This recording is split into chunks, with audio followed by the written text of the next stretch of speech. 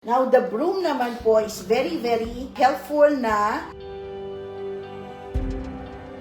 amulet nyo po for 2024 onwards, no? Siguro po yan, good na yan po sa inyo for 3 to 5 years. Mag-work po yan. The broom amulet, pinoprotect naman po niya kayo from people who will be wishing ill against you. Kung kayo rin po ay medyo may ugali rin kayo na masama, na pag nagagalit kayo, nag-wish ill din kayo sa iba. Alam niyo po, bad din yan, ha? Kasi you're also casting someone else's ill wishes, no? Yan. So, that one po protects you. Kung ikaw ay naiiskandalo, na popolitika, na i-slander, yan po ang pinakamaganda po na protection po ninyo, no? The broom amulet. If you're in a position where you actually work with so many people, hindi po maiiwasan dyan na may sasama ang loob sa inyo, may mag-cast na ill sa inyo, yan po yan.